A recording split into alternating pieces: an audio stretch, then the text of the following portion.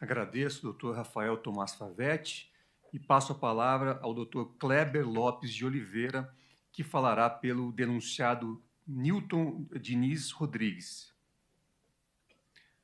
Seja bem-vindo à tribuna, doutor Kleber. Vossa Senhoria tem o prazo de até 15 minutos para a sua sustentação oral.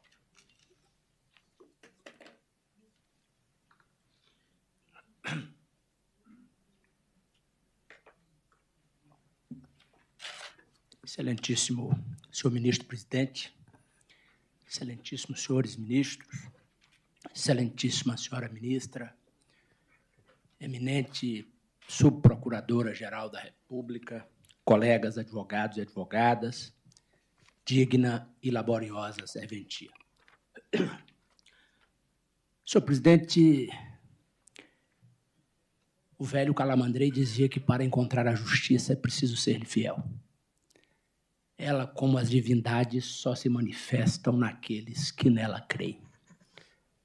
A fé ou a laicidade são circunstâncias da vida e todas devem conviver em paz.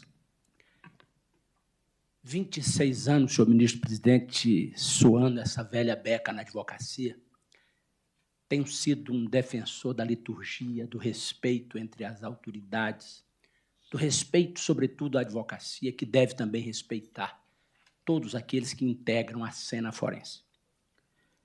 O velho Sobral nos ensinava que a advocacia não é para covardes, mas isso não dá ao advogado o direito de ofender ninguém.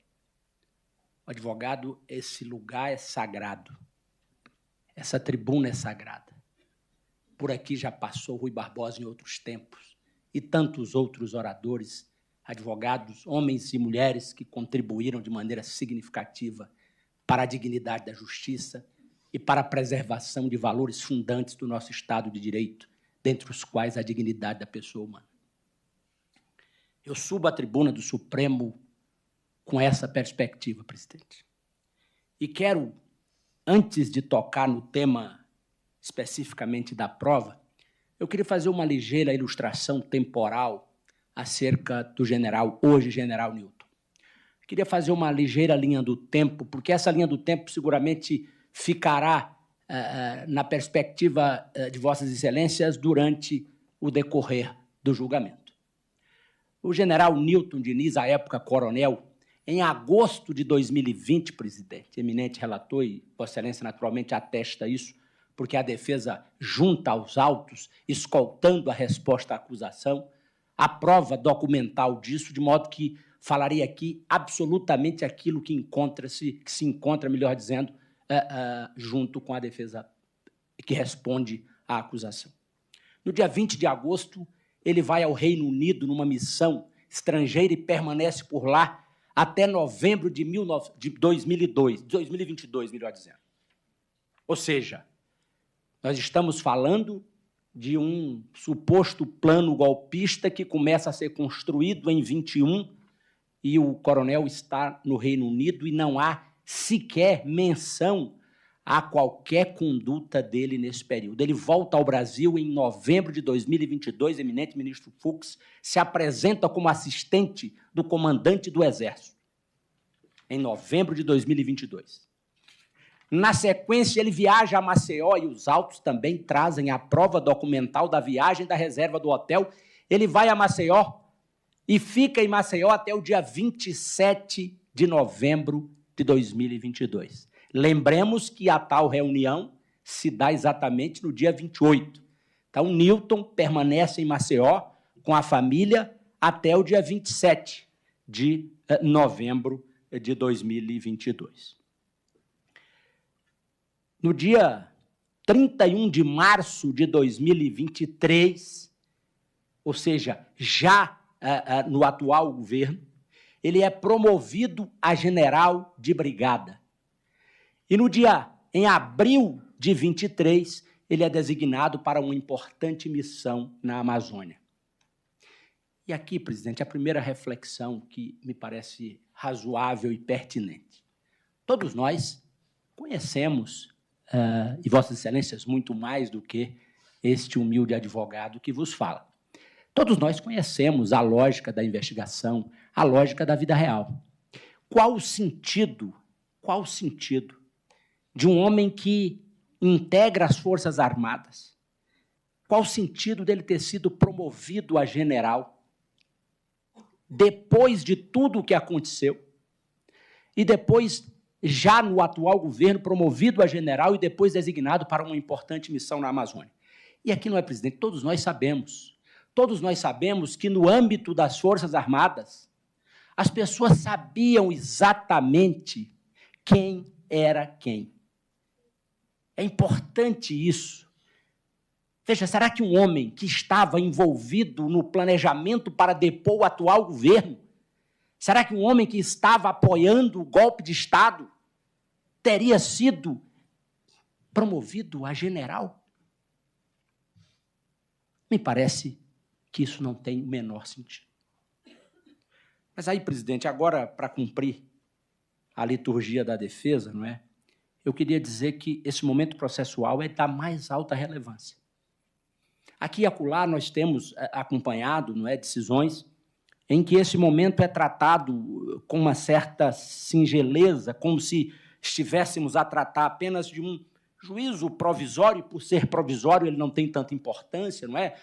A capitulação é provisória, a admissibilidade da acusação é uma parte que não é tão importante, mas vejam, nós sabemos todos que o direito de ação prevaleceu na doutrina ao longo de toda a evolução acerca das teorias da ação, prevaleceu o direito abstrato de ação, não é? Prevaleceu o direito abstrato, autônomo, e isso poderia nos levar ao entendimento de que o direito de ação, por ser abstrato, por não ter necessariamente uma relação com o direito material invocado, poderia nos levar ao entendimento de que os juízes, de um modo geral, precisam dar trânsito às ações penais para prestigiar o direito de ação, para prestigiar o direito que o órgão acusatório tem de exercer a sua função constitucional, acusando no âmbito de um contraditório.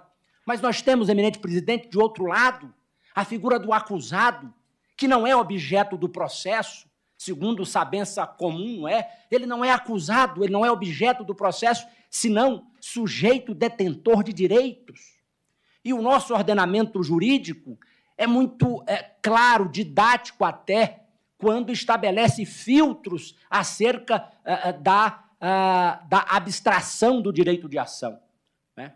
Nós temos, por exemplo, o artigo 29 do Código Penal, de leitura muito clara, quando diz que quem de qualquer modo concorre para o crime incide nas penas a ele cominadas na medida da sua culpabilidade. E o artigo 41 do nosso Código de Processo Penal, também de sabença comum, estabelece que a peça inicial deve descrever o fato com todas as suas circunstâncias. E aqui, eminente subprocuradora-geral, naturalmente, Vossa Excelência bem sabe do respeito que lhe tenho desde as sessões da terceira sessão do Superior Tribunal de Justiça, mas é preciso que o Ministério Público se dê conta de que a peça acusatória, com todas as vênias, peça acusatória que tem mais de 300 páginas, eu extraí dela isso aqui, que tem relação com o general Newton. Ela fala do general na página 26 e depois fala na página 165 e não fala mais. E quando fala na página 26, fala que essas pessoas promoveram ações táticas para convencer e pressionar o alto comando do Exército. Eu esperava, com todas as vênias, eu esperava que a denúncia dissesse, eminente ministro Flávio Dino, quais foram as ações táticas. Eu poderia até estar discutindo na tribuna, que esta ação tática descrita na peça vestibular não teve a participação do acusado, que aquela ação tática também não teve. Mas quais foram as ações táticas? Porque eu não posso me convencer com todas as vênias de que a essa altura, depois de tudo que já foi dito e provado nos autos de maneira documental, depois de tudo isso, nós ainda acreditemos que a tal reunião do dia 28, que teve a presença circunstancial e acidental do general Newton, que chegou de Maceió na véspera do dia 27, isso tudo está provado. Eu não posso mais acreditar que faça parte do plano estratégico para tomar um governo legitimamente eleito. Essa reunião, com todas as vênias, desidratou-se ao longo do processo. Essa reunião só pode ser mesmo tratada como disse o delator, como uma conversa de bar.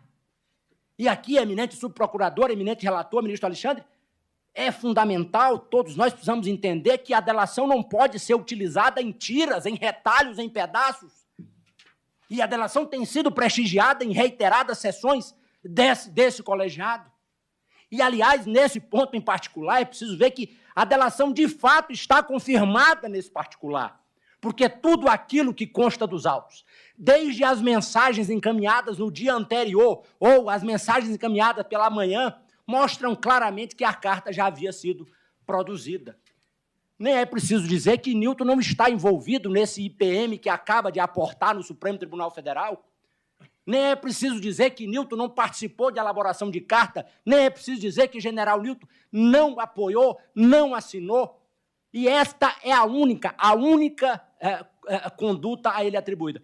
E aqui, eminente relator, por absoluta lealdade ao tribunal, é preciso dizer que eu não desconsidero a hipótese de que alguém possa ter pensado que Nilton fosse um alvo fácil ou um alvo viável para chegar ao convencimento do general Freire Gomes, que era o comandante do Exército e que era radicalmente contra tudo isso que estava acontecendo. Eu não duvido que alguém possa ter imaginado, vamos cooptar o coronel Nilton, que ele pode nos ajudar a convencer o Freire Gomes. Freire Gomes foi ouvido pela polícia, foi ouvido ontem em audiência de instrução e jamais fez qualquer menção a uma intervenção, a uma gestão feita pelo general Nilton acerca desse convencimento. Veja, ainda que se possa ter, eminente presidente, ainda que se possa admitir que essa reunião foi designada, foi convocada, e Nilton foi levado a ela porque as pessoas imaginavam que ele pudesse contribuir com a arquitetura do plano, ainda que isso tenha acontecido, nós somos escravos da prova. Nós somos escravos da prova. A prova dos autos não nos autoriza a concluir que, se isso é verdade, dali para frente, qual foi a conduta de Nilton? Qual foi a repercussão? Alguém dizer, eventualmente, eu conto com Nilton num diálogo com terceiro, sem que ele, Nilton, tenha aquecido, sem que ele, Nilton, tenha aderido a esse plano. Nós sabemos que a teoria monista da participação, esculpida lá no artigo 29, é uma estruturante do processo penal e do direito penal. Eu preciso aderir, eu preciso, de algum modo, concorrer para isso. E nada disso, eminentíssimo presidente, nada disso acontece. Ele não estava em grupos de WhatsApp. Não há uma mensagem que esse homem tenha enviado ou recebido de alguém. Não há uma conduta que possa ter ressonância no Código Penal. De maneira que, em relação a ele, nós temos uma absoluta inaptidão da peça acusatória, porque não descreve, padece com todas as vênias do vício da inépcia. E quando se vai para o campo da prova, para fazer a verificação da base empírica, nós chegamos à conclusão inevitável de que, em relação a Nilton, a denúncia não traz em si o substrato fático necessário para que se abra uma ação penal com essa importância e com as repercussões todas que o processo penal tem na vida de um homem, e notadamente na vida de um homem de bem. E para não dizer que não falei das flores, presidente, é preciso dizer que essa defesa se desenvolve naturalmente do lado de fora do quarto. Eu não sei, Nilton não sabia o que acontecia lá dentro. Mas, como faz parte da acusação, é preciso dizer que no plano da dogmática penal, a defesa faz considerações, objeções que, a nosso juízo, são relevantes no tema do concurso aparente de normas, no tema do elemento subjetivo que está na conduta e não no resultado. Tudo isso está devidamente posto. Não vou me debruçar sobre isso agora, até porque acredito, tenho a fé de que esse tribunal, cumprindo a sua tradição, haverá de rejeitar essa denúncia em relação a Nilton, ou pela inépcia, porque não descreve conduta relevante penal, ou pela falta de justa causa, porque aquilo que se tem no caderno investigatório é absolutamente hipossuficiente do ponto de vista de formação de um juízo mínimo que se possa ter em relação à viabilidade desta ação penal em relação ao hoje general de brigada Newton Diniz. Com essas considerações, presidente, rogando escusa pelo eventual excesso da verve, mas é que este advogado ainda não perdeu a emoção e o entusiasmo. Por isso é que desço da tribuna ciente de que cumpri a minha missão.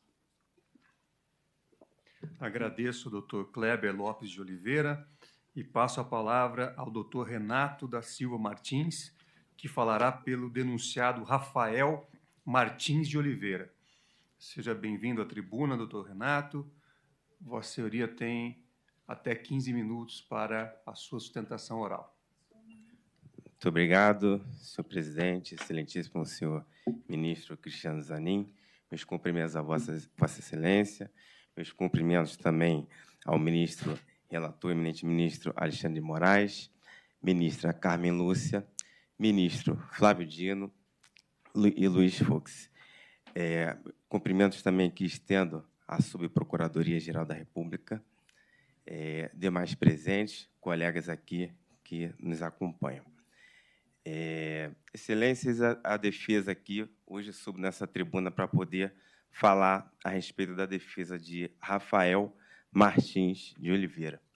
Rafael Martins de Oliveira é um tenente-coronel do Exército que, de acordo com a denúncia apresentada pela PGR, teria ali a atribuição, dentro dessa trama golpista, de monitorar e, eventualmente, neutralizar, e aí esse termo entenda-se como um termo militar, que seria incapacitar ali o opositor.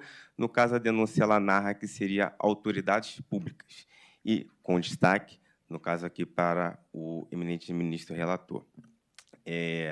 Na oportunidade da defesa se manifestar em sua defesa prévia, a defesa se limitou a fazer apenas 3 ponderações, né, que são 3 preliminares para esse momento, que foi a incompetência do Supremo Tribunal Federal para julgar, né, processar e julgar aqui o tenente-coronel Rafael de Oliveira, a suspeição ou impedimento do ministro relator para compor o quórum em razão de, no entendimento da defesa, haver ali ausência da imparcialidade e, por fim, o cerceamento de defesa por questões que já estão bem expostas na peça de defesa. No entanto, aqui nessa tribuna hoje, eu vou me limitar a fazer ponderações apenas a respeito da incompetência, né, do juízo e da imparcialidade do eminente ministro relator. Não abrindo mão aqui da tese também de cerceamento de defesa, mas em razão do tempo exíguo, né, para melhor aproveitamento do tempo, eu me remeto ao que já está, né, foi apresentado de maneira escrita. Excelências, no que diz respeito a essas teses que a defesa vem sustentar aqui hoje, já é sabido pela defesa, por todos, a gente sabe que o entendimento já está afirmado, né, de Vossas Excelências a respeito do afastamento dessas teses, haja vista que em outras denúncias, né, dos outros núcleos, também por diversas defesas, já foi debatido, Vossas Excelências tiveram a oportunidade de enfrentar a questão e já fecharam, né, chegaram ao entendimento que não deveria ser acolhida, porém, entendendo a defesa, entendendo este advogado que a defesa tem que ser sempre combativa, né, e aqui, mesmo diante de uma guerra perdida, a defesa não pode deixar de fazer as considerações que entende pertinentes, principalmente porque, nessa situação, o advogado aqui é o último soldado da trincheira. Então, aqui, como última defesa do denunciado Rafael de Oliveira, a defesa vem aqui sustentar essa questão da incompetência do juízo para julgamento e processamento do feito em relação ao Rafael. Sabe-se que o artigo 102 da Constituição, lá no inciso 1, a linha B e C, vai dizer ali das dos cargos, né, que poderiam atrair a competência desse Supremo Tribunal Federal para processamento de julgamento. E muitos já se discutiu a respeito do alcance disso, porque, por vezes, determinado cidadão ele passa a ocupar um cargo que teria foro por prerrogativa de função, ou então, em determinado momento, ele deixa de ocupar, né, esse cargo. E, em que pese o entendimento de Vossas Excelências, já, né, apresentado nos julgamentos dos outros núcleos, não é bem a situação do denunciado. Isso porque o mesmo nunca ocupou nenhum cargo, em nenhum momento nunca ocupou nenhum cargo que justificasse a fixação da competência do Supremo Tribunal Federal para o julgamento, né, dessas questões que são imputadas, desses fatos, né, e desses crimes que são imputados a ele na peça acusatória. Então, até mesmo analisando-se os julgados, a jurisprudência, sempre houve, por parte do Supremo Tribunal Federal, uma limitação desse alcance, né, do foro por prerrogativa de função, justamente para que ficasse nessa corte somente aquilo que se vinha ao caso, pessoas que ou em algum momento ocuparam esses cargos que dão aso ao foro por prerrogativa de função, ou que em algum momento vieram a ocupar, que não é o caso, né, do denunciado Rafael Oliveira.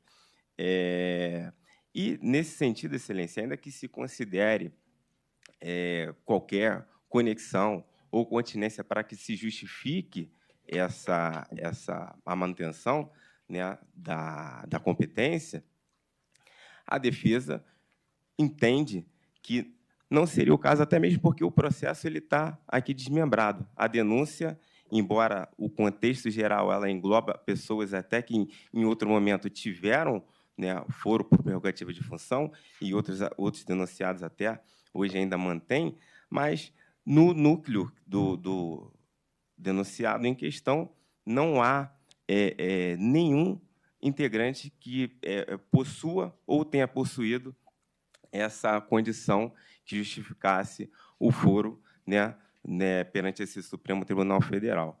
Então, a defesa, apesar de já saber o posicionamento de Vossas Excelências, também não se acanha de fazer aqui essa sustentação firmando nesse ponto, haja vista que, muito embora seja esse o entendimento do Supremo Tribunal Federal hoje, né, em diversas oportunidades, o Supremo Tribunal Federal também já mudou seu entendimento, né?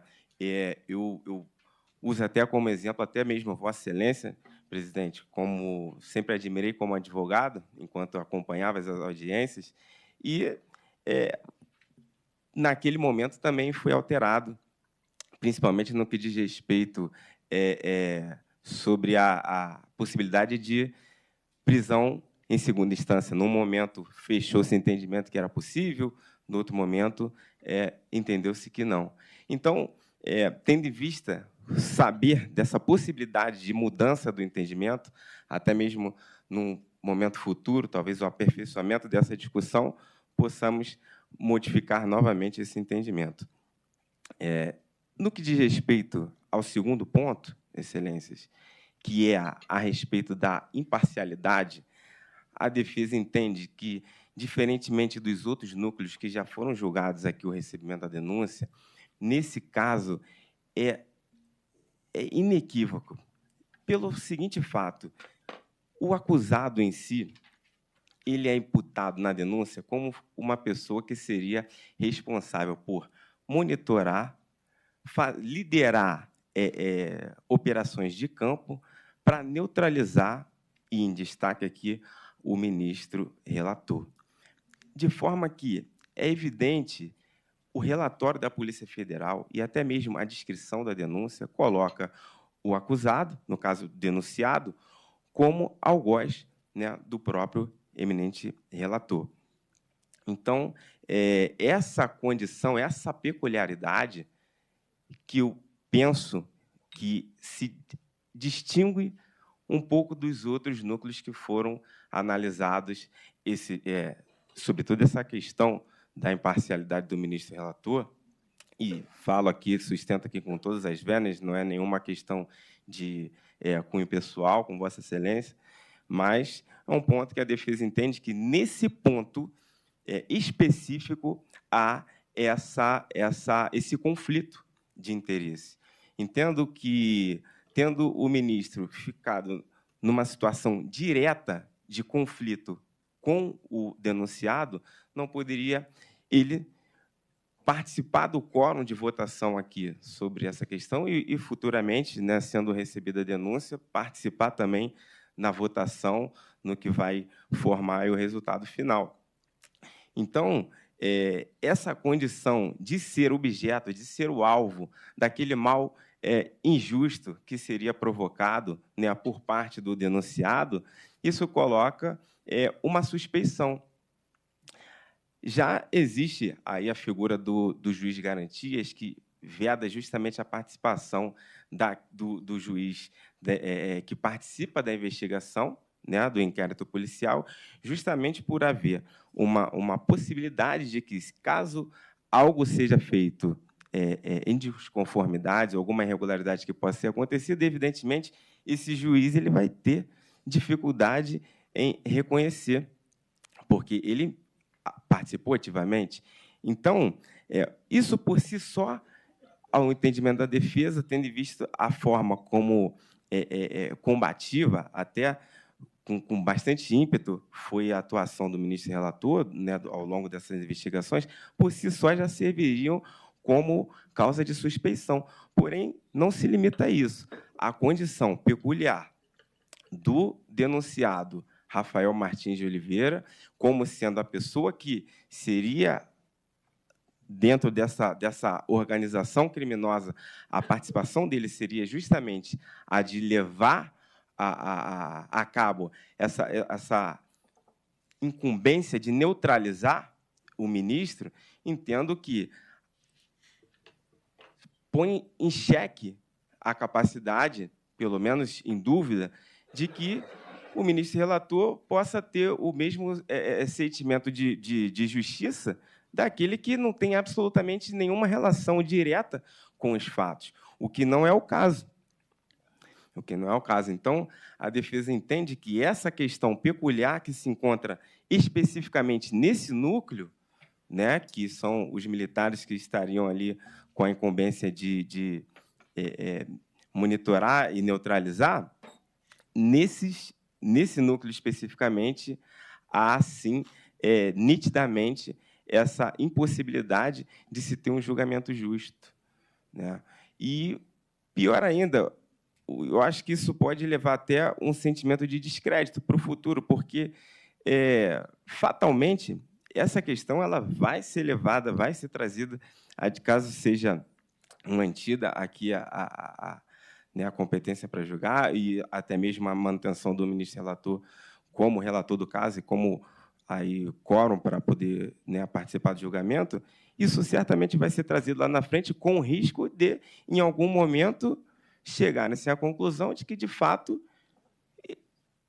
não havia ali imparcialidade para julgamento desses fatos, né, dessas imputações, em relação especificamente ao denunciado, né, Rafael. Então, corre esse risco de, lá na frente, depois de toda a instrução, tudo, né, já bem avançado, chegarmos a um retrocesso de reconhecer essa nulidade, que, para mim, ela é clara e deveria ser reconhecida já nesse primeiro momento. Então, esses são os requerimentos da defesa, Excelência. Eu espero, pugno aqui pelo reconhecimento da incompetência do juiz em relação ao Rafael e também, caso seja superado essa preliminar, né, que seja acolhida a suspeição ou impedimento do ministro relator. Excelências, obrigado pelo tempo de Vossas Excelências. Desejo a todos um bom dia, né, de trabalho. Obrigado. Agradeço ao doutor Renato da Silva Martins e passo a palavra ao doutor Jeffrey Chiquini da Costa, que falará pelo denunciado Rodrigo Bezerra de Azevedo. Seja bem-vindo à tribuna. Vossa Senhoria tem até 15 minutos para sua sustentação oral. Excelentíssimo ministro presidente colhendo a primeira turma dessa egrégia Corte Suprema do nosso país. Na pessoa de quem cumprimento os demais eminentes ministros, representante do Ministério Público e demais presentes. Excelências, são 1.200 aparelhos eletrônicos apreendidos, ministro Fux. 1.200 aparelhos eletrônicos apreendidos.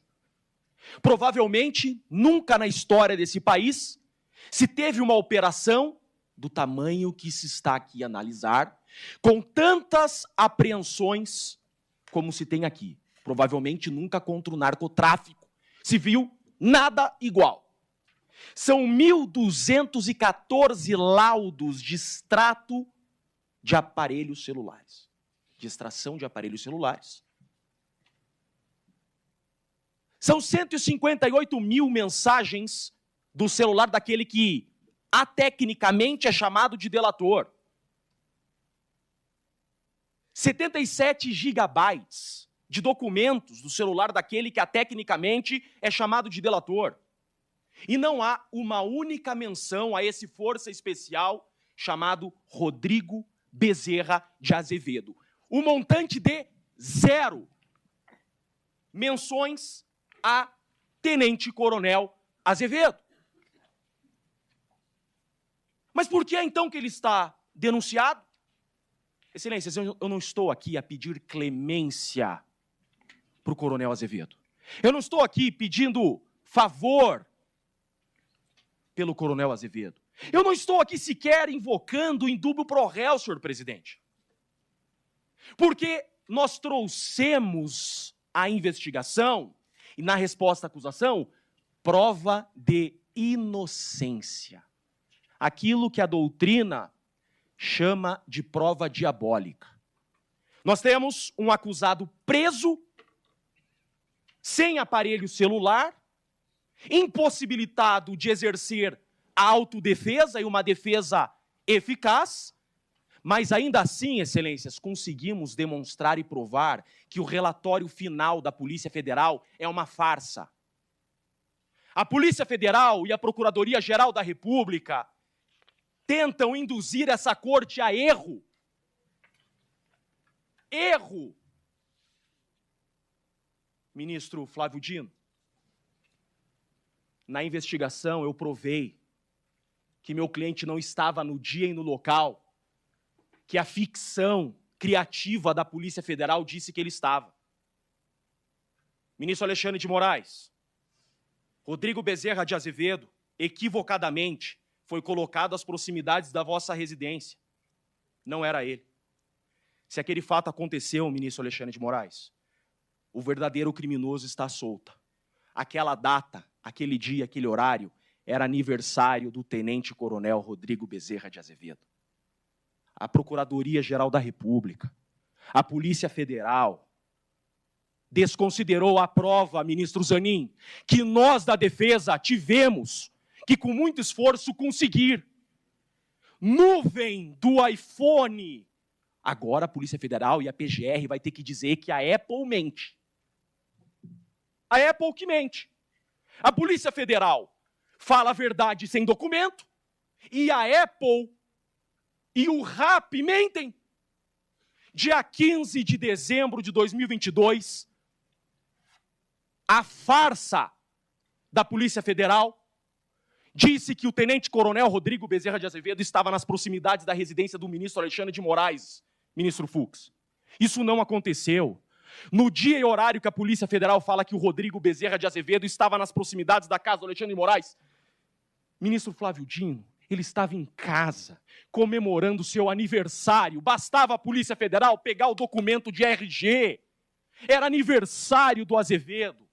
Ele estava em casa com a esposa e com a filha, respondendo mensagens de WhatsApp. Cadê, ministro Zanin, a extração do celular do coronel Azevedo, que está preso há 6 meses, o mesmo tempo que ele demorou para conseguir esse gorro preto? Cadê a extração do celular que vai provar que no dia que estão dizendo que ele ia atentar contra uma autoridade, ele não estava lá nas redondezas da casa do ministro Alexandre de Moraes? Quanta covardia dessa investigação, ministro Zanin. No interrogatório do coronel Azevedo, eu trouxe a prova, ministro Fux. Eu mostrei para o delegado, quero deixar consignado, delegado da Polícia Federal, Schor. Eu entreguei para ele um documento da nuvem do Azevedo, que ele estava em casa naquela hora, e naquele dia, esse documento não foi juntado no relatório final da Polícia Federal. A Polícia Federal omitiu essa prova de inocência. A PGR, na denúncia, não fez menção a essa prova de inocência. Não era ele, ministro Fux. Não era ele. Com muita dificuldade, nós da defesa conseguimos acessar o RAP do preso com o celular apreendido.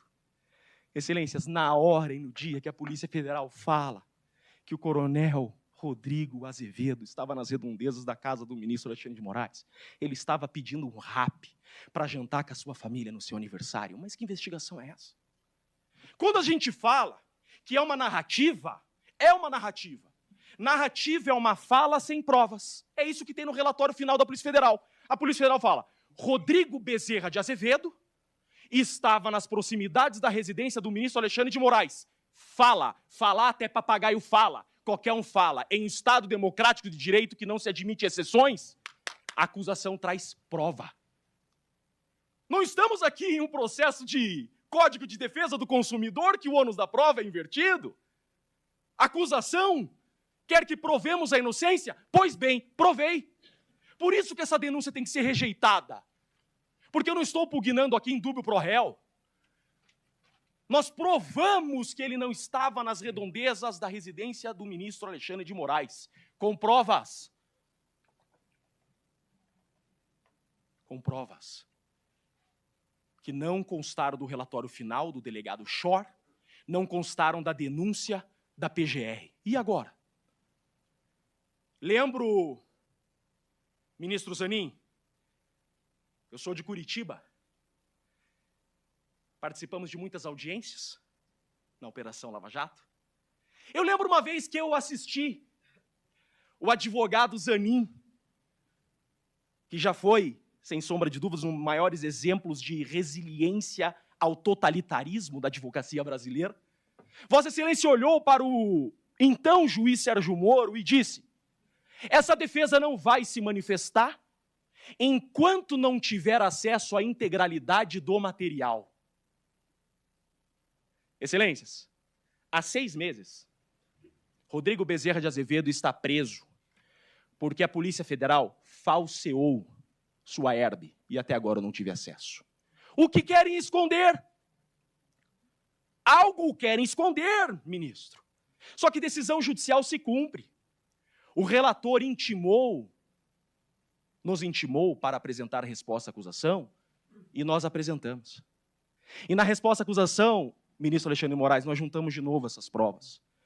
O Rodrigo Azevedo estava em casa naquela data. E agora, de forma extemporânea, vem um relatório da Polícia Federal dizendo que a trama golpista e o atentado seria 22. Mas espera lá, a PGR vai aditar a denúncia?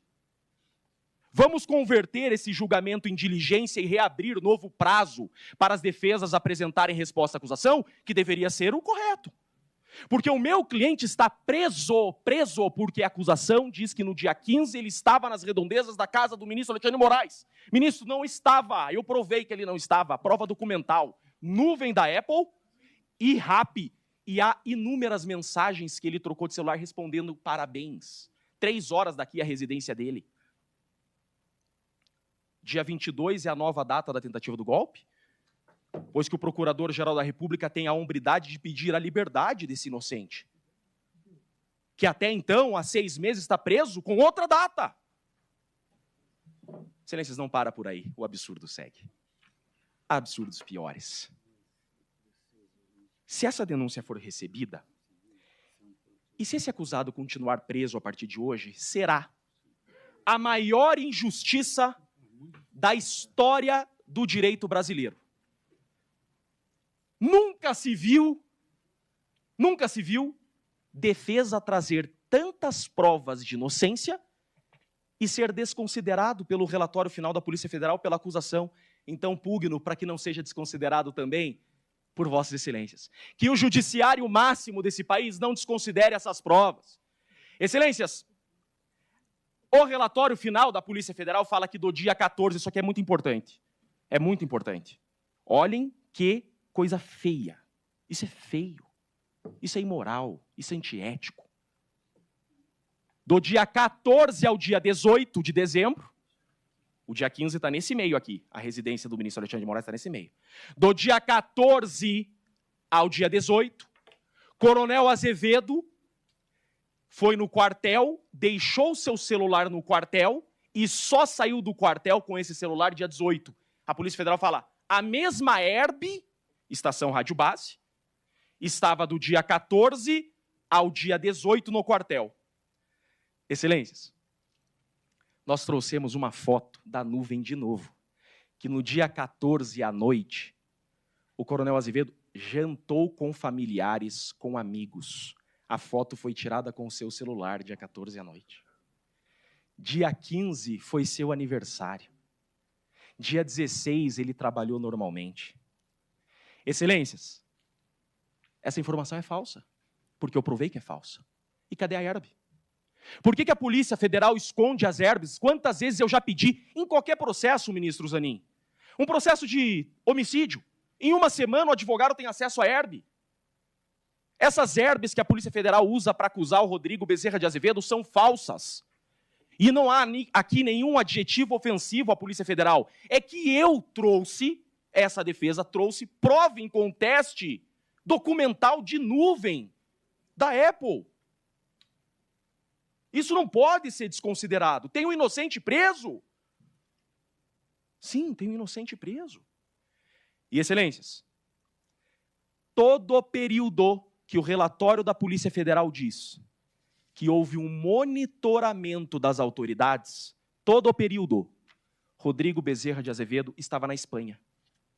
A Polícia Federal pôs isso no relatório? Não pôs. A PGR teve a hombridade de colocar isso na denúncia? Não teve. Que processo é esse?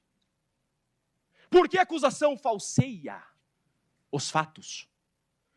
Ministro Zanin, ministra Carmen Lúcio, no interrogatório do Rodrigo Bezerra de Azevedo, tudo isso que eu estou falando aqui foi esclarecido. E nós juntamos esses documentos, são provas incontestes. No relatório final não consta esses documentos. A PGR omitiu esses documentos e agora nós colocamos na resposta à acusação que vai ser analisada hoje. Ministro Fux, sou muito fã de Vossa Excelência. O Jeffrey Chiquini, cidadão, tem muito respeito e admiração por Vossa Excelência. Um faixa coral não vai deixar uma injustiça dessa prevalecer. Vossa Excelência conhece o que é um caveira. Sei disso. O senhor sabe a hombridade desses homens. Não deixe um caveira preso injustamente. Esse cara é inocente. Esse cara é FE das Forças Armadas Brasileiras, ministro Fux. Ele é FE do Exército Brasileiro. Ele é FE na Espanha. Ele é um dos homens mais preparados do Exército Brasileiro. Ele foi pinçado a dedo. Pinçado a dedo. Compraram a coleira, ministro Fux, e saíram atrás do cachorro. Foi isso que o Shor fez. Comprou a coleira e saiu atrás do cachorro. O que fazer agora com as provas que nós trouxemos, que o Azevedo, no dia 15, no horário que a Polícia Federal fala, ele estava em casa e está aprovado. Excelências, nem o Mauro Cid, em suas delações, citou uma única vez o Rodrigo Azevedo. Nunca o Rodrigo Azevedo foi citado em uma delação.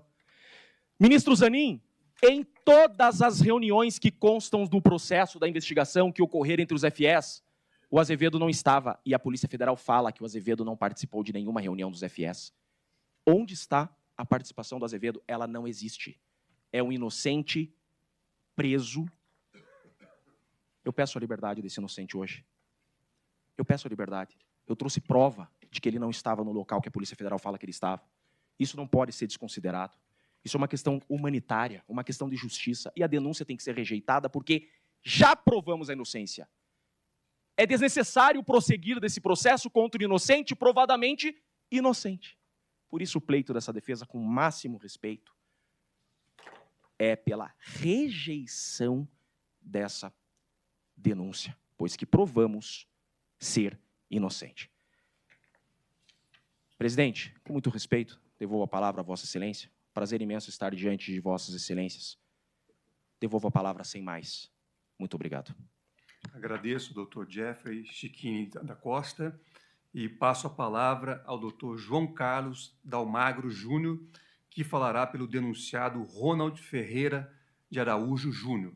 Seja bem-vindo, doutor João Carlos, à tribuna. Você já tem o prazo de até 15 minutos para a sua sustentação oral. Muito obrigado. Inicialmente, eu gostaria de cumprimentar Vossa Excelência, eminente ministro Cristiano Zanin, presidente dessa primeira turma do Supremo Tribunal Federal.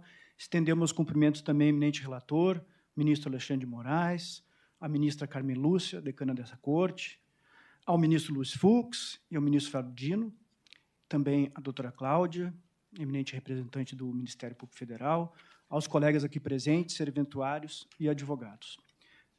Eu observei atentamente, Excelências, o relatório que fez a doutora Cláudia no início da sua fala e também prestei muita atenção na sustentação oral do doutor Rafael Favetti, quando defendia o imputado denunciado Márcio, e que a sua preocupação inicial aqui da tribuna era justamente fazer uma diferenciação em relação às condutas, em relação aos imputados.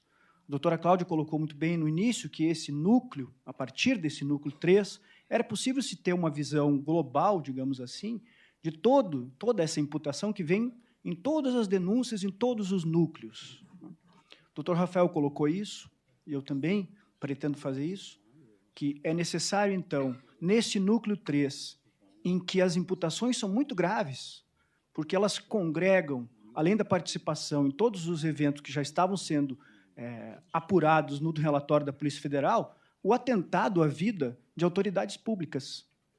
E o meu cliente, o Ronald Ferreira de Araújo Júnior, foi incluído nessa imputação nos moldes em que aconteceu a inclusão da sua imputação em relação ao Márcio, cliente do doutor Rafael. E o Ministério Público Federal, no início da sua fala, colocou alguns pontos que eu gostaria de esclarecer de início, até para conseguir decotar a conduta imputada ao Ronald e para tentar convencer a Corte de que, em relação a ele, também essa denúncia deve ser rejeitada. Primeiro de tudo, e isso que eu estou falando aqui, Excelências, ela parte de uma racionalidade, parte de um raciocínio único e exclusivamente a partir da denúncia. Eu não tenho intenção de revolver provas aqui, até porque nós estamos na fase da admissibilidade, controle da legalidade da acusação, então, portanto, eu vou simplesmente me limitar ao que consta na denúncia. E o primeiro ponto que é importante deixar claro, Excelências, para conseguir, dentro de um núcleo complexo, com 12 acusados, o maior número de acusados dessas 5 denúncias está no núcleo 3, compreender a imputação que é feita data vênia de forma inepta em relação ao Ronald, primeiro de tudo, é saber que ele não participava e não era forças especiais. Ele não era Kids Preto. Ronald era um oficial da comunicação, ligado à defesa, estudou nas Agulhas Negras, mas ele não era FE. Portanto, ministro Dino, ele não estava no grupo de WhatsApp DOS, em que os FE estavam, em princípio, todos reunidos. E, segundo, ele não foi convidado, isso, mais uma vez, eu ressalto, Excelência, isso está na denúncia. Não quero revolver provas, não é o momento processual adequado, se trata apenas da admissibilidade ou não da acusação, rejeição ou não da denúncia. Ele não estava, não foi imputado a ele participar da fatídica reunião, de tantas reuniões que foram imputadas e narradas na denúncia. Ronald não estava na reunião do dia 28 de 11 de 2022. Tanto é que a denúncia fala que já havia uma espécie de burburinho em relação ao vazamento dessa carta ou à resistência de alguns oficiais em assiná-la, essa carta, para, em tese, pressionar o comando do Exército a aderir ao golpe, mas Ronald não estava nessa reunião e, segundo, Ronald não é convidado, porque há uma conversa mencionada nesse tópico da reunião do dia 28 e da carta dos oficiais, a própria denúncia narra que uma conversa entre Correia e Mauro Cid dizem que aquela reunião não poderia ter outras pessoas que não FS. Essa reunião do dia 28 se afastou, por conta do que consta na própria denúncia, a inclusão de quem não fosse Kid Preto. Portanto, é incontroverso a partir da denúncia que Ronald não participa dessa reunião, que ele não é Forças Especiais, porque ele é da comunicação e é da defesa, vinculado à defesa, e que, portanto, ele é sequer convidado. Bernardo Romão e Mauro Cid conversam no WhatsApp e dizem, não, tem que ser os FS. É eles que vão participar dessa reunião. Portanto, é preciso diferenciar desde o início, porque essa reunião, em princípio, pela narrativa da denúncia, ela também acarretaria uma espécie de início ou deflagração, ministro Dino, do plano para tirar a vida das autoridades públicas. Mas, então, afinal de contas, ultrapassando um pouco ainda a título de introdução, qual é a conduta imputada a Ronald? Há uma imputação inicial, como consta na denúncia, todos são denunciados pelos mesmos 5 tipos que o ministro relator narrou aqui no seu relatório, mas Ronald, além daquela denúncia, de certa forma, genérica, que é imputada a título de organização criminosa, quer dizer, se organizavam para manter um projeto autoritário de poder e, assim, abolir o Estado Democrático de Direito de forma violenta, também dar um golpe de Estado de forma violenta, que teria culminado na invasão da Praça dos Três Poderes do dia 8 de janeiro, a Ronald é imputada, e o doutor Rafael colocou isso também antes, o colega que me antecedeu na tribuna, a imputada a deflagração de ações táticas na qualidade de especialista, é colocado os especialistas, dentre eles Ronald Ferreira de Araújo Júnior, dentre eles implementavam ações táticas para pressionar e convencer o alto comando do Exército a aderir ao golpe. Até agora, com todo respeito ao Ministério Público, me parece que as imputações ainda são muito genéricas. A partir dessa leitura, nós vamos evoluindo na denúncia, nós vamos compreender que o que se imputa a Ronald, que não participa da reunião do dia 28, que não é convidado porque não é FE, não é Forças Especiais, que não assina a carta. Ronald não assina a carta, isso é incontroverso nos autos. É imputado a ele o empreendimento dessas ações táticas e vai se descendo, vai se afunilando, vai se clivando a narrativa da denúncia no sentido de que, em um determinado momento, no dia 28/11, no dia em que, em tese, teria ocorrido essa reunião, ou esse encontro, como os colegas da tribuna que me sucederam sustentam, e que Ronald conversa, então, com outro codenunciado, que é o Sérgio Cavalieri. Porque a denúncia, isso é importante também, a denúncia fala que já havia uma conversa, um burburinho nos meios militares de que havia alguns oficiais que não queriam assinar essa carta. Isso já consta na denúncia. No dia 28, excelências, Ronald conversa com o Cavalieri, Sérgio Cavalieri, também denunciado, e diz assim, Sérgio diz assim a ele, olha, logicamente que essa carta vai vazar com os nomes. E Ronald diz, eu até sei, em outras palavras, talvez mais extenso, eu até sei para onde é que vai vazar. Esse é o sentido que a denúncia imputa. Que Ronald saberia para onde essa carta iria vazar, com os nomes, ministro Dino, desses oficiais que se recusavam a assinar e, na dicção da denúncia, apoiar ou tentar coagir o alto comando a apoiar esse golpe. E, a partir daí, a denúncia não toca mais no nome do Ronald.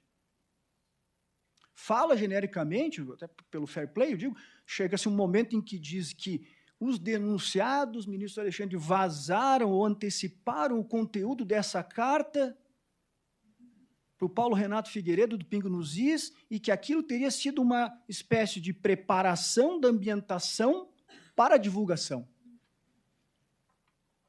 que teria, então, o objetivo de coagir o alto comando à adesão ao golpe. Essa é a conduta que é imputada a Ronald.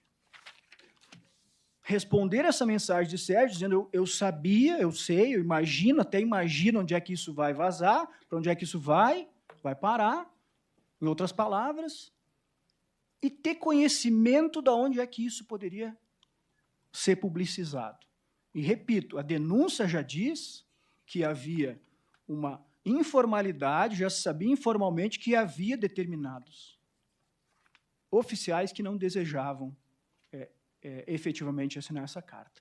Esse é o contexto, excelências. E a primeira tese tem algumas da nossa resposta à acusação que não vão ser exploradas porque essa corte já acabou apreciando, mas me parece que a primeira tese que nós trazemos aqui, da tribuna, é que, mesmo que se tenha decidido no HC 232-627, que é competência desse Supremo Tribunal Federal, julgar o feito, o ex-presidente da República, toda aquela discussão que acabou por, de certa forma, mudar o entendimento jurisprudencial da ação penal 937, o que se tem aqui em relação ao Ronald é um fato superveniente que vem depois do oferecimento da resposta, que leva ao desmembramento do processo, a rejeição de denúncia ou desmembramento do processo em relação a ele, que é a inexistência, em primeiro lugar, de uma conexão ou continência, em relação às condutas daqueles que têm foro por prerrogativa de função. E por que eu digo, excelências, um fato superveniente, ministra Carmen? Porque a instrução da primeira ação penal do Núcleo 1 já começou. Ela já começou. E eu encontrei, ministro Zanin, um precedente aqui dessa primeira turma, estudando o caso, até foi citado na época da resposta à acusação, no agravo regimental, no HC 245677 do Rio de Janeiro, Vossa Excelência foi o relator, em que se dizia que a continência, a conexão, aqui não há conexão, mas se admitindo para argumentar que haja, a mera continência ou conexão ela não basta para atrair a competência do Supremo para quem não tem foro por prerrogativa de função. E esse acordo é muito feliz, porque ele traz uma situação fática que havia na comarca 10 processos, com vários réus, com pluralidade de réus também, e as ações penais andando não a par e passo. E o acórdão diz que, quando há uma assimetria de fases processuais, não é o caso de se manter os processos reunidos. Então, essa é a primeira tese, rogando vênia ao entendimento que já está plasmado no HC 232-627, para que seja rejeitada a denúncia em razão da incompetência no que diz respeito ao Ronald. A conduta dele, que é muito destacada do que diz relação com a operação o punhal verde-amarelo, com todas aquelas tentativas para se tirar a vida e sequestrar e atentar contra a incolumidade física das autoridades. Muito bem. O segundo tópico, excelências, que também diz respeito à admissibilidade ou não da acusação, ele se limita à inépcia da denúncia. Né? Faço minhas as palavras do doutor Rafael Favetti. A ideia é ser claro, objetivo, técnico, laico. Quer dizer, a denúncia, com todo respeito ao Ministério Público, ela não consegue, talvez porque não haja elementos nesse sentido, narrar um nexo causal entre a conduta que é imputada ao Ronald, que, no final das contas, de forma específica, com todas as vênias, não é nada mais do que responder uma mensagem, ministro Fux, dizendo que sabia para onde se vazava. Porque isso também está plasmado no inquérito, que as conversas de bastidor do círculo militar vazavam para esse influenciador digital. Então, eu sabia, logicamente eu sei, eu imagino onde é que isso vai parar, inclusive com os nomes. Então, a imputação que se tem é ter ciência de onde isso ia parar, e essa ciência, me parece, a denúncia é muito genérica nesse sentido, ela daria a entender como uma preparação do ambiente para que depois aquela carta, então, uma vez construída e definida, fosse publicizada. Só que se nós fizermos, isso também se aplica à narrativa da organização criminosa, ministro Dino, se nós fizermos um raciocínio hipotético que tem que ser feito nessa fase processual, que não deve, com todas as vênias, não deve adentrar no mérito, e nós retirarmos de toda a estrutura da denúncia, seja ela sozinha, estancada ou concatenada com as demais, ministro Fux, se retirarmos a conduta de Ronald, os resultados são os mesmos em tese. Eu não estou a dizer aqui que aconteceram ou não, mas na narrativa da denúncia, o resultado do qual depende a tipificação legal, na forma do artigo 3 do Código Penal, teriam acontecido.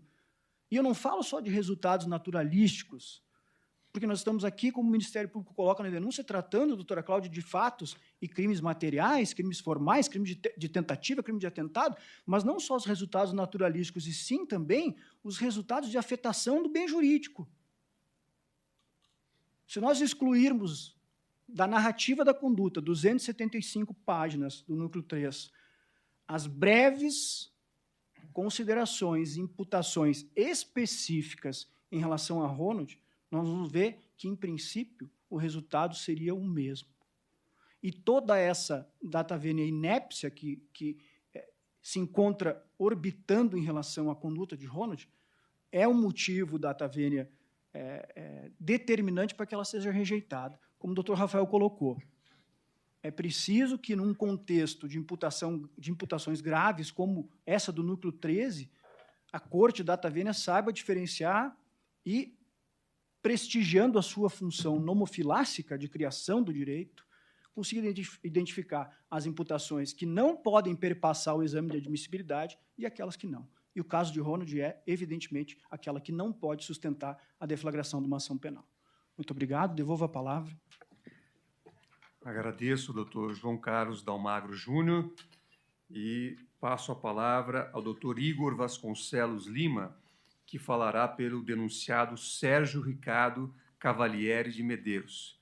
Doutor Igor, seja bem-vindo à tribuna. Você iria ter o prazo de até 15 minutos para a sua sustentação oral. Muito obrigado, senhor presidente, excelentíssimo senhor ministro Zanin, excelentíssimo senhor ministro relator Alexandre de Moraes, excelentíssima senhora ministra Carmen Lúcia, decana deste tribunal, Supremo Tribunal Federal, excelentíssima senhora subprocuradora da Procuradoria-Geral da República, excelentíssimo senhor ministro Luiz Fux, excelentíssimo senhor ministro Flávio Dino, cumprimento também os colegas de trincheira da advocacia aqui presente, os demais presentes fisicamente ou virtualmente. Deixo o meu mais cordial e afetuoso cumprimento nesse início de tarde. De proêmio, excelências, esse caso, a petição 12.100, relembra uma história clássica da Odisseia de Homero, que ecoa na história recente deste Supremo Tribunal Federal por outros colegas e da tribuna defensiva, que é quando Odisseu, ou Ulisses, para quem preferir, está retornando de Troia e para sua ilha chamada Ítaca, após o seu empreendimento de sucesso, a sua vitória, e ele é alertado que encontrará desafios e adversidades no meio do caminho, e Circe o alerta que um desses desafios é o canto das sereias. As sereias que cantam e suavemente seduzem os tripulantes, os navegantes, e Ulisses, com conhecimento desse fato, pega cera, coloca ao sol, derrete a cera e passa no ouvido da sua tripulação, para que quando a sereia cante, ninguém escute. Mas, ao contrário do que faz com seus tripulantes, consigo próprio, ele se amarra ao mastro do navio.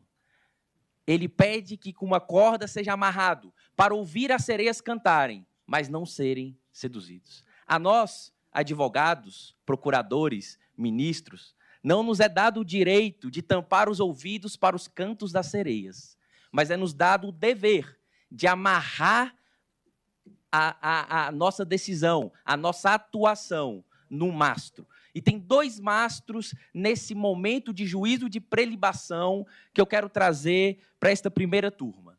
O primeiro mastro que a gente deve amarrar para não escutar o canto da sereia, para não escutar as vozes que nos fazem deslizar quanto à aplicação do direito, é do juiz natural. Decidido, de fato, por essa primeira turma, mas requer uma consideração desta defesa. Qual seja, o juízo natural ao julgamento do réu Sérgio Ricardo Cavalieri de Medeiros ser realizado pelo Supremo Tribunal Federal e pela primeira turma, há uma violação ao princípio do juízo natural esculpido no artigo 5º do texto constitucional. Veja bem, segundo Ferraioli, há 3 significados que falam do princípio do juízo natural. E eu vou me ater somente ao primeiro, qual seja a necessidade do julgador ser pré-constituído e não constituído pós-facto. O que determina o julgamento, a competência, é a constituição à época dos fatos. Não se esquece, este advogado não se esquece que a lei processual ela tem aplicação imediata. Todavia, salvo essas matérias de competência, porque senão haveria uma afronta cabal ao princípio do juiz natural.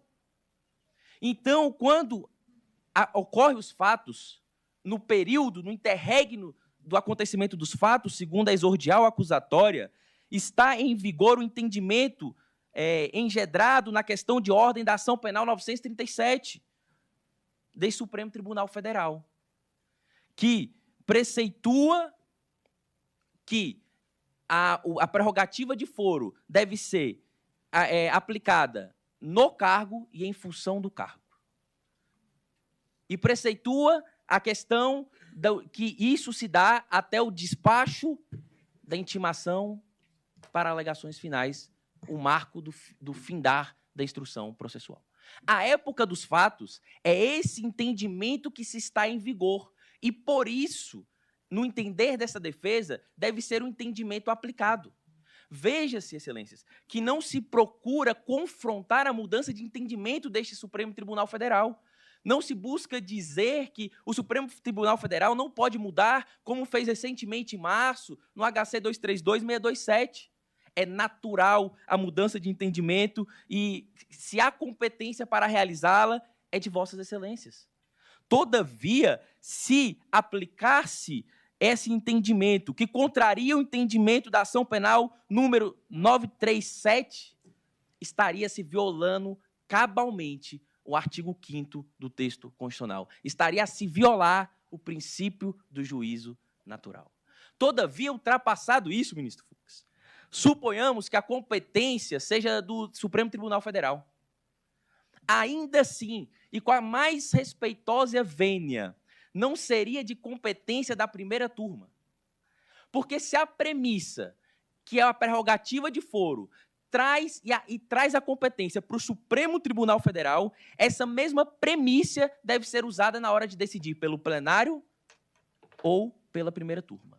Se o artigo 102 da Constituição Federal é suficiente, interpretado, para atrair essa competência para o Supremo Tribunal Federal, a mesma premissa, por ser ex-vice-presidente, ministro de Estado, deve ser atraída para colocar no plenário. Então, quando eu digo que a competência é do Supremo Tribunal Federal, vossas excelências, e defino a primeira turma como competente para julgar, eu tenho uma premissa e duas conclusões distintas desta premissa. No outro giro, de igual modo, a emenda regimental 59, no entender dessa defesa, não pode ser aplicada ao caso, porque também viola o princípio do juízo natural. Porque a época dos fatos, não existia a emenda regimental 59 que altera o regimento interno do STF. E o princípio do juízo natural é claro que a pré-constituição do julgador é antes do fato e não pós-factum. Assim ensinava, assim é a dicção, não minha, mas de Ferraioli. Então, excelências, por mais que tenha sido repisado por esse tribunal, por esta primeira turma, esse Supremo Tribunal Federal, a questão da competência, essa defesa ergue no sentido de que a competência viola o juízo natural. E pede, então, que seja conhecida e reconhecida a incompetência desse Supremo Tribunal Federal. Não por menos, excelência, o outro mastro que a defesa vê como necessário amarrar-se no julgamento do presente processo, da PET 12.100, é a possibilidade do acusado ser reconhecida a sua absolvição sumária, com fulcro no artigo 399, inciso 3º do Código Penal. Diz que se os fatos narrados não constituem crime, deve ser absolvido sumariamente. E note-se que aqui, no que pese ser um juízo de prelibação, um juízo de admissibilidade, uma cognição sumária, não se pode evitar, e o próprio Código de Processo Penal possibilita essa análise no momento, é oportuno, a questão se os fatos narrados constituem crimes. E por que a defesa ergue esse mastro? Porque me parece que, no presente caso, com a devida vênia, é um caso de tentativa inidônea. Veja bem, está esclarecido que os delitos do artigo 359-L, 359-M do Código Penal são delitos de empreendimento. E no delito de empreendimento, o tipo penal, nessa modalidade, o tipo penal equipara a tentativa da produção de um resultado com a produção desse resultado. Então, está equiparado a tentativa de produzir um resultado e a produção do resultado.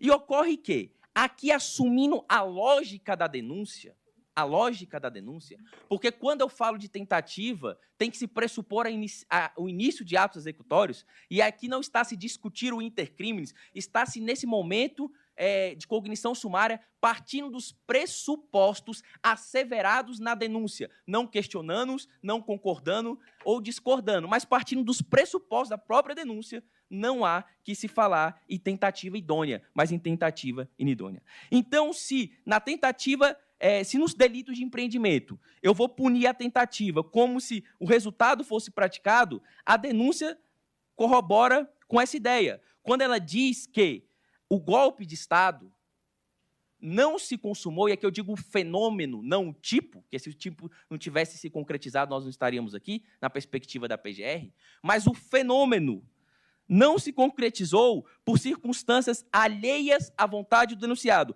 Qual foi essa circunstância? Resistência dos comandantes de força. Foi a resistência dos comandantes de força. Mas veja bem, excelências, se é assim, se o golpe de Estado e a abolição democrática do Estado de Direito não se consumou, não se concretizou, fenômeno e não tipo penal, por resistência desses comandantes de força, a tentativa ela é inidônea. Por quê? Porque pode ser que se buscasse se objetar a tipificação desse artigo, dizendo o seguinte, mas nesses tipos penais, basta que o agente tente. Mas a questão aqui não é se é tentar ou não tentar, se é necessário e suficiente tentar ou não tentar. A questão é o seguinte, qual a tentativa? Porque tem uma tentativa que o Código Penal não pune. O artigo 17 diz que não se pune a tentativa. Qual tentativa? Por mais que a tentativa é suficiente para perfazer o tipo penal do golpe de Estado da abolição democrática do Estado de Direito, essa tentativa tem que ser idônea. Porque se a tentativa é inidônea, ela é irrelevante jurídico-penalmente. E a pergunta que se faz a partir da própria lógica acusatória é: havia meio idôneo havia meio de ocorrer uma tentativa idônea? E a resposta, segundo a lógica acusatória, é não. Porque o que impede que se perfaça o fenômeno? É a resistência dos comandantes de força. Aí eu pergunto, durante todo o interregno, do início dos atos executórios até o final, em que momento os comandantes de força aderiram a essa empreitada? Porque se a nossa resposta é a resposta que logicamente se conclui da denúncia, é que em nenhum momento, se em nenhum momento eles aderiram, e era necessário, imprescindível, imperioso que os comandantes de força das Forças Armadas aderissem para que se chegasse na completude do fenômeno golpe de Estado, e em nenhum momento o fizeram, era impossível, porque se não tem como dar o golpe de Estado, a abolição democrática do Estado de Direito, sem as Forças Armadas, e eles nunca fizeram, outras pessoas poderiam fazer o que fosse, que nunca se chegaria. Por quê? Porque é uma absoluta ineficácia do meio. Não se pune a tentativa, artigo 17, quando o meio é absolutamente ineficaz. Só haveria meio eficaz se houvesse aderência das Forças Armadas. Em nenhum momento os comandantes de força aderiram. Por isso, por mais que se fizesse o que fosse, não teria possibilidade de se perfazer. Então, pune-se, é delito de empreendimento. Eu puno a tentativa. De fato. Mas qual a tentativa que nós temos nos fatos narrados? E aí o artigo 399 diz, se o fato narrado não constitui crime, e se chegarmos à conclusão que o meio era ineficaz absolutamente, chega-se à conclusão que a conduta é atípica. E se a conduta é atípica, eu tenho o quê?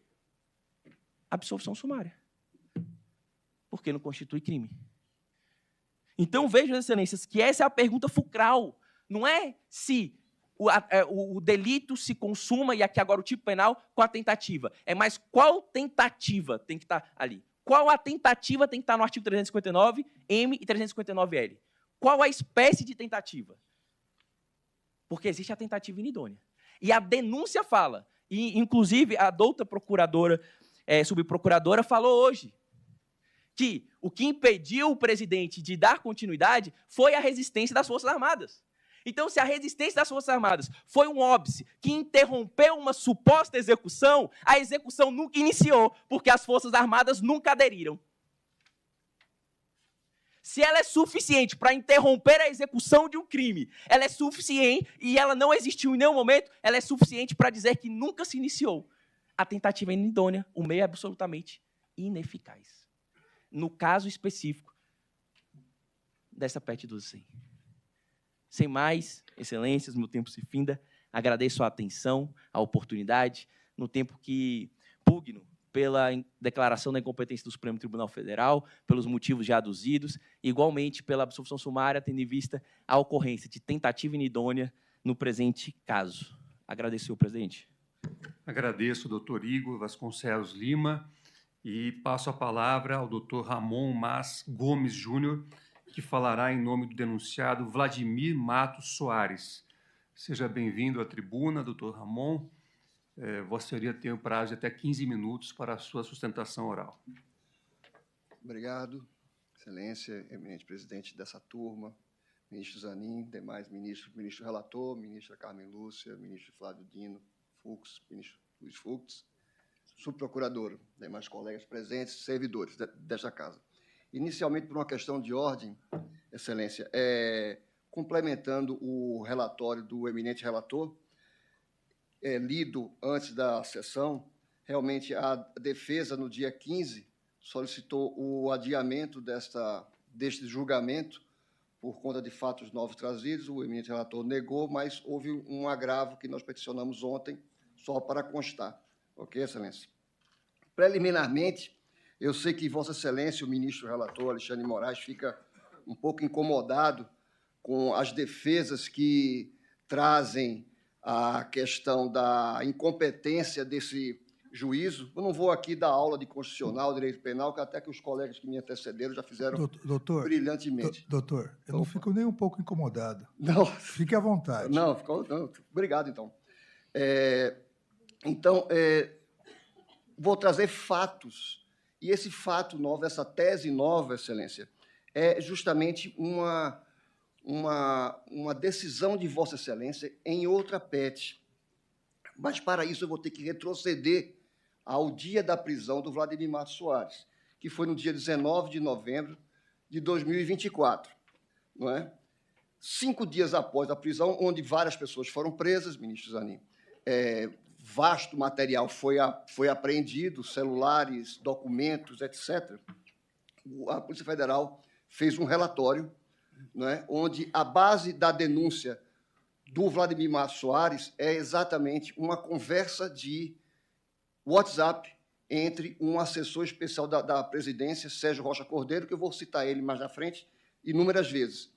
Obviamente, essa conversa não foi extraída do celular do Vladimir, foi extraída do celular do assessor especial, quando da PET número 10.405 era investigada a suposta falsificação dos cartões de vacina do então presidente Jair Bolsonaro e demais assessores. Pois bem, nesta PET, o eminente relator deferiu pelo arquivamento, e nas palavras do eminente relator, abre aspas, diz: deferiu o arquivamento desta investigação em relação a Jair Messias Bolsonaro e Gutenberg Reis de Oliveira e declinei da competência desta Suprema Corte em relação aos demais acusados. Os demais acusados incluem o senhor Sérgio Rocha Cordeiro, ao qual foram extraídas as conversas, ministro Luiz Fux, que embasam a denúncia do Ministério Público com relação ao Vladimir Matos Soares. Portanto, neste ponto, a defesa solicita, roga que seja estendida essa decisão àqueles que não têm o foro por prerrogativa, no caso, o Vladimir Matos Soares, conforme decisão do eminente relator. Pois bem, Indo aos fatos apurados, vou voltar a falar aqui da denúncia, das 275 páginas, senhores ministros, da denúncia, apenas umas 5 páginas relatam embasam a denúncia contra o Vladimir Matos Soares. Essa denúncia é justamente embasada em uma conversa com esse assessor especial da presidência, o Sérgio Rocha Cordeiro, a única conversa que tem.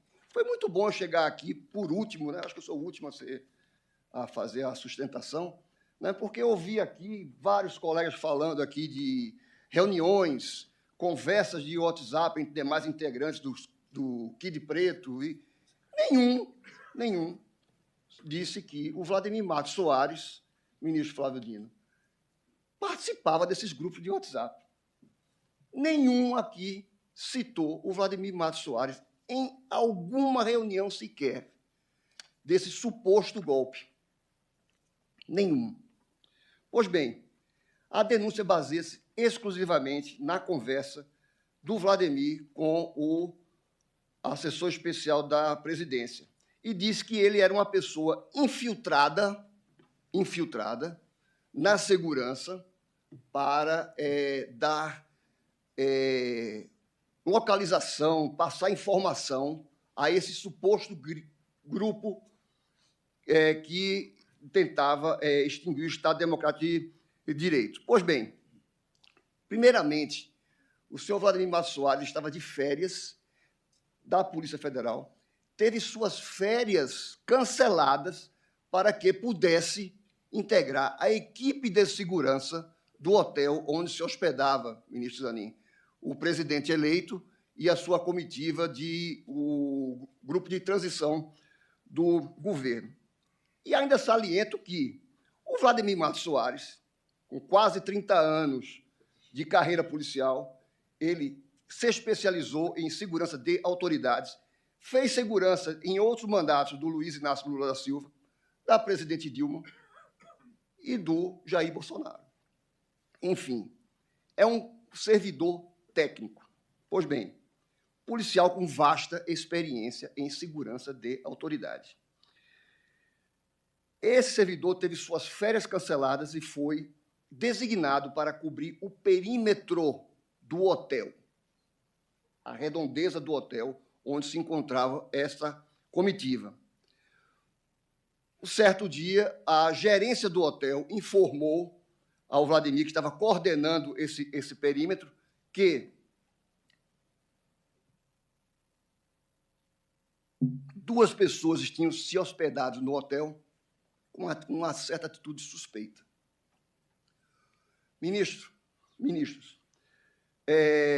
de pronto, o Vladimir Matos Soares tinha o contato desse assessor especial, o Sérgio Rocha Cordeiro, e tirou uma foto dessas duas pessoas que estavam, segundo o gerente, em atitude suspeita, e enviou para o assessor especial perguntando se eles eram das Forças Armadas, do GSI, de algum grupo de segurança. Antes mesmo dele obter essa resposta do assessor especial, ele, por outros meios, descobriu que realmente essas duas pessoas eram do GSI e integravam a equipe de segurança do presidente eleito. Portanto, mostrou-se um servidor zeloso pela segurança. A denúncia diz que ele passava informações sigilosas quando citou para o assessor especial da presidência, o Sérgio Rocha Cordeiro, que, se precisasse de alguma coisa, o Comando de Operações Táticas da Polícia Federal, conhecido como COT, estava hospedado no hotel. A Procuradoria da República julgou isso como uma informação sigilosa, pois consta na resposta à denúncia desta defesa links da mídia em geral, Correio Brasiliense, UOL e tal, que Vossa Excelência lembram da tentativa de invasão, ministra Carmen Lúcia, da sede da Polícia Federal. Um dia antes dele postar essa mensagem para o assessor especial de que o Comando de Operações Táticas estava no hotel, hospedado no hotel, e poderia dispor, se precisasse, a mídia divulgou. A mídia divulgou que o Comando de Operações Táticas estava no hotel para garantir a segurança do presidente eleito. Então, isso não é informação sigilosa nenhuma. Isso é uma informação que estava na mídia. E a investigação não se atentou nem a procurar saber se realmente isso era uma informação sigilosa. Mas a defesa juntou, na resposta à denúncia, na data anterior à mensagem enviada para o assessor especial. Vários jornais, recortes de jornais, dizendo que o Comando de Operações Táticas estava hospedado lá. Então, onde eu vejo um vazamento de uma informação sigilosa? Pois bem, o que também é se estranhar que, nesta PET 12.100, esse suposto assessor da presidência, ele não foi indiciado pela Polícia Federal, muito menos denunciado. A investigação não procurou, ministro Flávio Dino, nem ouvir, interrogar, intimar o assessor especial e o gerente do hotel para saber se essa informação procedia, se realmente ele foi procurado pela gerência do hotel e o que realmente ocorreu. Simplesmente recortou e colou uma mensagem do WhatsApp do Cordeiro, não do investigado. Outro caso, um ponto também extremamente importante, é que o Vladimir Matos Soares é acusado de fazer parte de uma organização criminosa, juntamente com os Kid Pretos. Não é? Então, a denúncia criou o tipo penal da organização criminosa de uma pessoa só, porque não aponta nenhuma conversa do Vladimir Matos Soares, nenhuma reunião do Vladimir Matos Soares com nenhum militar desta denúncia, deste grupo, nessa organização. Então, ao meu ver, um tipo penal novo, organização criminosa de uma pessoa só. Aqui nenhum advogado aqui dos militares citou o nome de Vladimir Matos Soares. Foi até bom eu sair por último aqui. Nenhum. Reuniões, em bares, em confrarias, grupos de WhatsApp, absolutamente nada. Nada. A doutora procuradora, no seu relatório inicial, cita vários documentos juntados na denúncia. Nenhum desses documentos também citam o Vladimir Matos Soares. Nenhum. Nenhum. O fim, Excelência. Essa defesa vem pugnar pelo não recebimento dessa denúncia, obviamente, por falta de justa causa, de provas, que não há provas cabais, de envolvimento do Vladimir Matos Soares em nenhum desses fatos. Além do mais, a própria subprocuradora, a doutora Cláudia, falou em tipicidade penal, aqui no início da fala, tipicidade penal provisória, que pode se mudar. Por conta de uma tipicidade penal provisória, com a devida vênia, doutora procuradora, é que existe um servidor público com quase 30 anos de carreira, preso há 6 meses, por uma tipicidade penal provisória. Portanto, a defesa entende que a denúncia não deve ser recebida por total inépcia, que a prisão deve ser imediatamente revogada e que os autos, que essa instrução criminal corra na primeira instância da Justiça Federal, do Distrito Federal, pelos fatos narrados inicialmente, eminente relator. Volta a palavra ao eminente presidente. Muito obrigado. Agradeço ao doutor Ramon Mas Gomes Júnior. Esta foi a última sustentação oral. Então, vou fazer a proclamação parcial do resultado. Após a leitura do relatório pelo ministro Alexandre de Moraes, relator, da realização da sustentação oral da doutora Cláudia Sampaio Marques, subprocuradora-geral da República, pelo Ministério Público Federal, foram realizadas as seguintes sustentações orais. Dr. Ruiter de Miranda Barcelos, que falou pelo denunciado Bernardo Romão Correia Neto. Dr. Luiz Mário Félix de Moraes Guerra, que falou pelo denunciado Cleverson Ney Magalhães. Dr. Diogo Rodrigues de Carvalho Musi, que falou pelo denunciado Estevão Caos Teófilo Gaspar de Oliveira. Dr. Marcelo César Cordeiro, que falou pelo denunciado Fabrício Moreira de Basso. Dr.